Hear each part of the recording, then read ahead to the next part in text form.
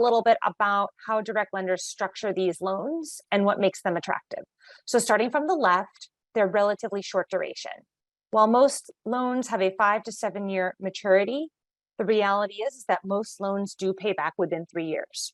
We have research that backs this up. And this is the market standard. When folks are calculating all-in yields on investments within this space, they typically use a 3-year term to repayment as market convention because the data over many, many decades confirms that these loans typically pay back within 3 years. This is because direct lenders are very heavy on providing capital to private equity buyers who are very sophisticated and highly acquisitive.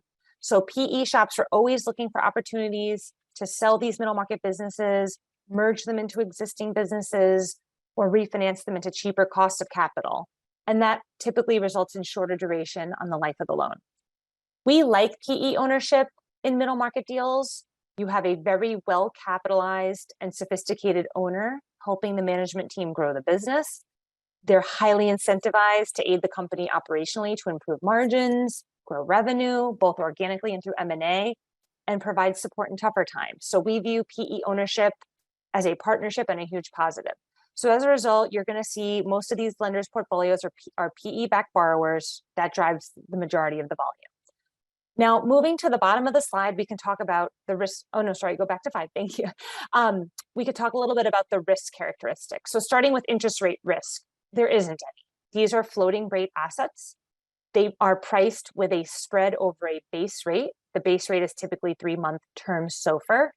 And that base rate resets every 3 months. So it eliminates interest rate risk. So this makes direct lending a perfect hedge in portfolios for advisors and investors that are worried about having, too much fixed rate exposure in bonds. As rates rise, the return on the underlying asset rises too.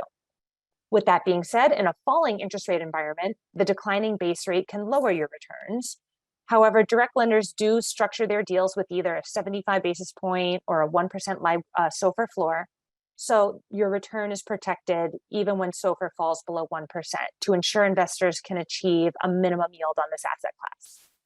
And then moving to the middle of the slide here, we can talk about the seniority of the loan. So most of the universe of direct lenders does first lien lending. This means that lenders are the first to get paid back in the repayment waterfall, and they're senior to all other liabilities in the capital stack. So most direct lenders typically get their money back when they lend to a business. But in the cases where loans might default or run into trouble, first lien loans, because they're at the top of the capital stack, often recover somewhere between 70 and 75 cents on the dollar on average.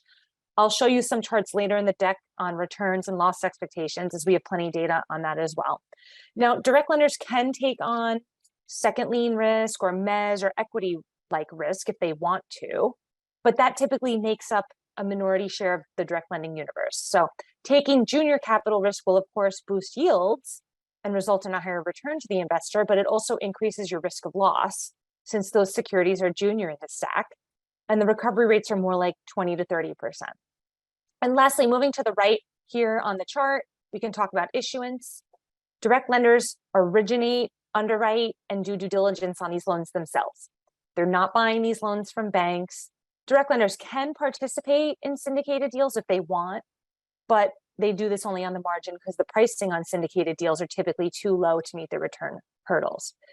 So the direct lender works closely with the private equity sponsor and the management team of the company to build cash flow projection models, analyze market studies, read audited financials, going through the quality of earnings reports, and they're conducting other forms of deep diligence on these business models so that they can structure and price the risk appropriately.